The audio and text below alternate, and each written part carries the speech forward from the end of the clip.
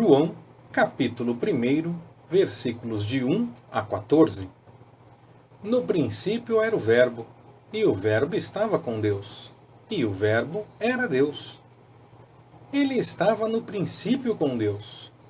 Todas as coisas foram feitas por intermédio dele, e, sem ele, nada do que foi feito se fez. Nele estava a vida, e a vida era a luz dos homens. A luz resplandece nas trevas, e as trevas não prevaleceram contra ela. Houve um homem enviado de Deus, cujo nome era João. Este veio como testemunha, a fim de dar testemunho da luz, para que todos crescem por meio dele. Ele não era a luz, mas veio para dar testemunho da luz, pois a verdadeira luz, que alumia a todo homem, estava chegando ao mundo. Estava ele no mundo, e o mundo foi feito por intermédio dele, e o mundo não o conheceu. Veio para o que era seu, e os seus não o receberam.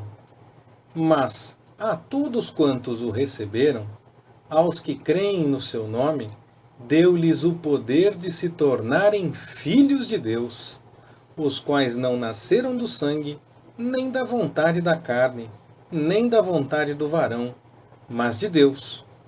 E o Verbo se fez carne e habitou entre nós, cheio de graça e de verdade, e vimos a sua glória como a glória do unigênito do Pai. Olá, graça, paz e alegria. E aí, como é que vão as coisas? Vamos orar? Senhor, nós louvamos o Teu nome, te agradecemos por este tempo que temos este privilégio, esta oportunidade para meditarmos a respeito da Tua palavra. Fala ao nosso coração, Senhor. Nós louvamos o Teu nome, nós te agradecemos, em nome de Jesus. Amém.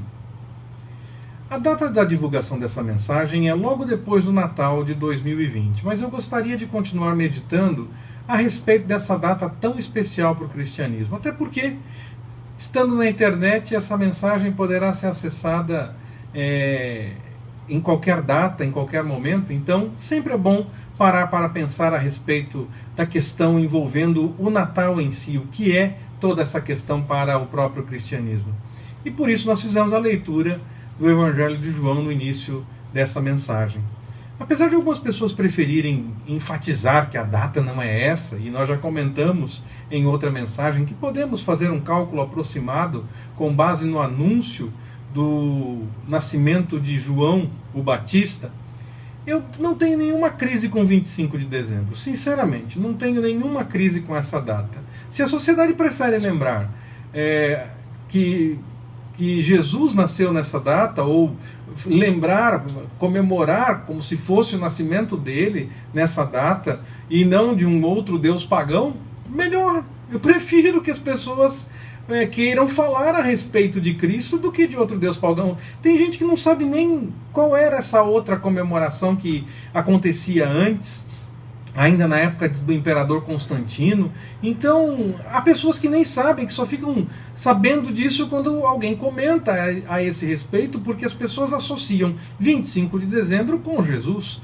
Então, não tenho nenhum problema com isso. Eu acho muito bom que as pessoas queiram falar isso e queiram enfatizar que, de fato, um dia Jesus veio fazer parte da história da humanidade. A data certa não muda isso. O que nós precisamos realmente lembrar é que ele um dia veio e que um dia passou a fazer parte da história da humanidade. Desde que nós conheçamos a sua história e aceitemos o que ele fez por nós, está tudo em ordem. Lembrar nesse dia ou em qualquer outro não faz nenhuma diferença. O importante é o que de fato aconteceu. É lembrar e enfatizar que isso aconteceu.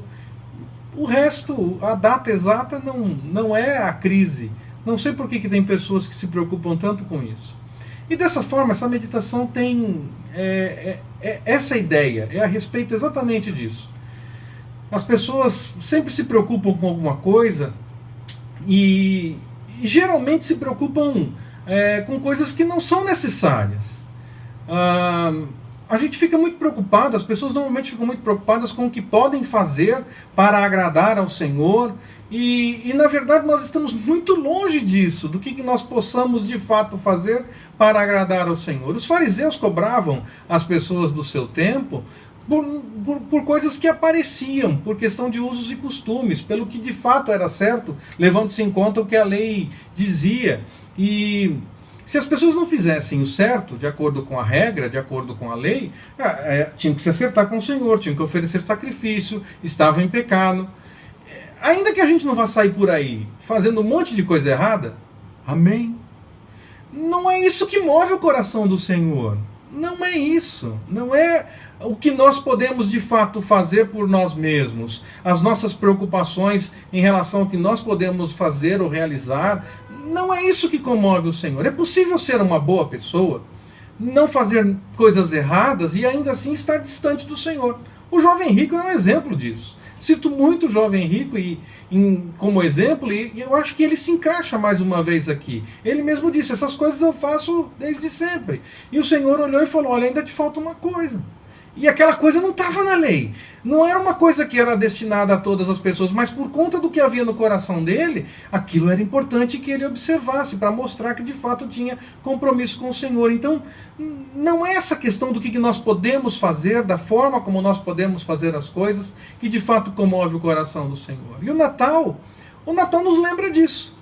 Que ainda que nós saibamos o que é certo, ainda que possamos nos preocupar em fazer as coisas certas, nós não conseguimos fazer a vontade do Senhor adequadamente e precisamos de uma ajudinha. E que ajuda, hein? Olha só! O Natal é o Senhor dizendo que nós precisamos dele. Que nós não conseguimos sozinhos. Por melhores que sejamos, por melhores que tenhamos as nossas ações, por mais que as nossas atitudes sejam agradáveis, sejam legais, sejam boas, nós ainda assim precisamos do Senhor. Nós carecemos do Senhor Jesus em nossa história. E o Natal fala exatamente do seu nascimento, da entrada de Jesus na história da humanidade. Nós não devemos nos preocupar com o que nós podemos fazer. Devemos nos preocupar com o Senhor Jesus em nossa vida, para de fato vivermos uma vida para agradar ao Senhor. E vejo isso com base no versículo 3 do Evangelho de João, lido no começo. Eu insisto que nós não vamos sair por aí fazendo coisas erradas. Assim espero. Mas, mais que mera ação da nossa parte, nós precisamos aceitar a ação do Senhor para conosco. O seu amor ao enviar o seu Filho e toda a realidade que é ter Jesus em nossa vida. A partir disso, o que nós viermos a fazer vai ser consequência de uma vida no altar do Senhor. Não precisamos nos preocupar com as regrinhas, ou a lei estaria em vigor até hoje. Não seria necessário ter a graça, bastaria que nós seguíssemos as regrinhas.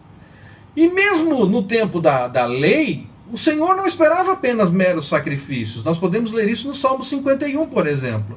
Ele esperava um coração contrito e quebrantado. Havia sim toda a previsão legal do sacrifício, todos os detalhes na lei a respeito de como executar o sacrifício, mas o Senhor não esperava um mero ato mecânico de fazer o sacrifício de um animal, ou uma oferta, ou alguma coisa assim. Ele esperava que o coração de quem se movesse na direção daquela oferta, daquele sacrifício, estivesse completamente ligado a ele, na busca da sua vontade, para além de um ato mecânico, social, um ato realizado entre as pessoas, mas apontando para um compromisso de verdade com Deus. Quer dizer, desde a época da lei, onde havia de fato um ritual a ser seguido para mostrar que você estava executando as coisas de acordo com a vontade do Senhor e seguindo a lei, ainda mesmo nesse tempo, o Senhor esperava um coração contrito e quebrantado. Não queria simplesmente o ato da regrinha observada. Não queria que as pessoas simplesmente fizessem as coisas certas, de acordo com o que a regra, a lei dizia. Mas queria um coração comprometido com a sua vontade. Que fizesse essas coisas sim, mas comprometido com a sua vontade. Não apenas porque tem que fazer, porque é assim que o Senhor mandou, eu vou fazer porque Deus mandou. Não! Eu tenho compromisso com Deus, então eu faço. Já era assim desde a época da lei, então quanto mais como é agora que estamos no tempo da graça. Jesus aponta para isso. E essa é a verdadeira mensagem do Natal, que o Senhor providenciou a entrada de Jesus na história da humanidade. E com essa entrada ele providenciou o caminho para um compromisso que não tem início meramente em rituais ou fazer o certo, seguir regrinhas, usos e costumes. Antes começa de fato numa vida que quer intimidade com o Senhor e que, naturalmente, acaba indo pelo caminho do certo. Não por se preocupar em seguir por esse caminho, ou por fazer coisas certas, ou por mera aparência, porque as pessoas vão ver, vão notar, eu tenho que dar testemunho. Temos sim que dar testemunho, mas nós não fazemos isso porque nos preocupamos com o que nós vamos fazer. Nós fazemos isso porque temos uma vida de busca do Senhor e o próprio Espírito Santo nos convence do pecado, da justiça e do juízo. E aí nós nos acertamos diante do Senhor e fazemos naturalmente as coisas de acordo com a vontade do Senhor, quando nós aceitamos o que Jesus fez por nós. Eu sempre fico preocupado com a insistência do que, quando as pessoas ficam preocupadas com isso pode, isso não pode, isso deve, isso não deve fazer, pauta de costumes. Porque isso me faz parecer que as pessoas estão mais preocupadas com o que nós podemos fazer, com a forma como nós executamos as coisas, com mera aparência. E esse me parece mais o caminho dos fariseus. No final, tudo é lícito. Nem tudo convém. Mas até o que não convém é lícito. Não tem pode ou não pode. Se você tem compromisso com o Senhor, você vai saber o que você deve fazer ou não. Eu não tenho que ficar dizendo quais são as regras, o que deve ser feito, como deve ser feito, a hora que deve ser feito. O Espírito Santo vai te tocar. Não existe essa de regrinhas, de pauta de costumes. Existe sim um compromisso com o Senhor. Essa é a essência do cristianismo. Essa é a mensagem do Natal. Que nós tenhamos então intimidade com o Senhor e deixemos Ele mesmo nos direcionar para além das regrinhas, mas para uma vida de intimidade com Ele e assim viver a vontade do Pai. Não precisamos nos preocupar com essas regras. Precisamos buscar ao Senhor e ter intimidade com Ele, confiando na obra de Jesus, aquele que apresenta o amor do Pai por nós, crendo em Jesus. E o Espírito Santo vai nos direcionar para seguir o mandamento de amor do Senhor.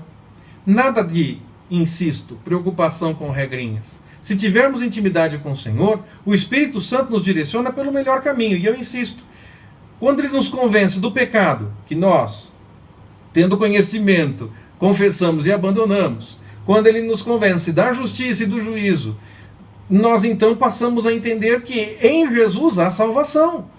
Que se seguimos pelo caminho longe da intimidade com o Senhor, caminhamos pelo caminho do pecado, vamos nos encontrar com a justiça e com o juízo. Mas quando nós reconhecemos e nos colocamos aos pés do Senhor, nesse momento nós reconhecemos a obra de Cristo, reconhecemos o amor de Deus, e então, crendo que em Jesus há salvação, nós mudamos de vida e passamos a anunciar essa boa nova ao mundo, que Deus amou o mundo e deu seu Filho para que todo aquele que nele crê não pereça, mas tenha vida eterna. Que o Senhor nos abençoe. Forte abraço, até mais, permitindo o Senhor.